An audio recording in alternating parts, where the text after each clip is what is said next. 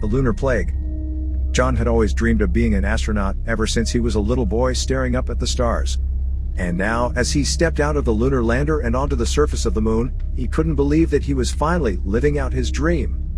But as he made his way across the barren landscape, something caught his attention. It was a small, glowing object buried beneath the surface.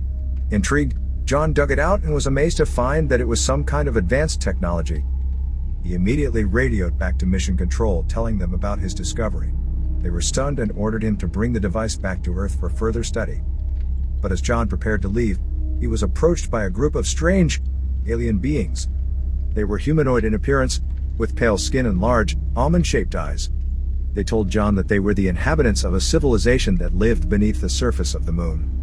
The aliens took John to their underground city and showed him their advanced science and technology.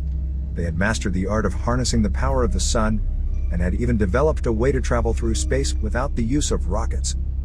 John was in awe of everything he was seeing. He had always been fascinated by science, and the aliens' knowledge seemed almost limitless. They taught him about quantum physics, advanced mathematics, and even the mysteries of the universe itself. But as he spent more time with the aliens, John began to feel sick. At first, he attributed it to the lack of oxygen in the aliens' underground city, but as his condition worsened, he realized that it was something more. The aliens had been exposed to a virus that had mutated over the years, and John's immune system was not equipped to handle it. He knew that he had to return to Earth as soon as possible, or he would risk spreading the virus to the rest of humanity. John was torn. On the one hand, he wanted nothing more than to stay and continue learning from the aliens, but on the other hand, he knew that he had a responsibility to protect his own people. In the end, John made the difficult decision to leave. He said goodbye to the aliens, who understood his need to return to Earth, and made his way back to the lunar lander. As he soared through the sky, John couldn't help but wonder what other secrets the universe held, and if he would ever have the chance to explore them again. But for now, he knew that he had to focus on getting better and finding a way to cure the virus before it was too late. As soon as John returned to Earth, he was rushed to the hospital.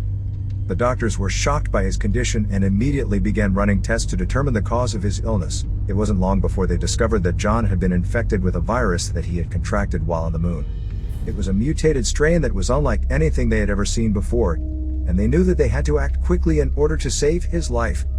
John was placed in quarantine, and the best scientists and doctors from around the world were brought in to work on finding a cure. They studied the virus day and night, poring over every piece of data they could gather in an effort to understand how it worked. It was a long and difficult process, but eventually, they were able to develop a treatment that seemed to be effective.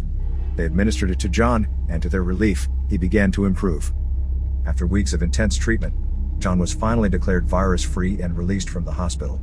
He was hailed as a hero and a symbol of hope, and his story was told all around the world. John knew that he had a lot of recovery ahead of him, but he was grateful to be alive.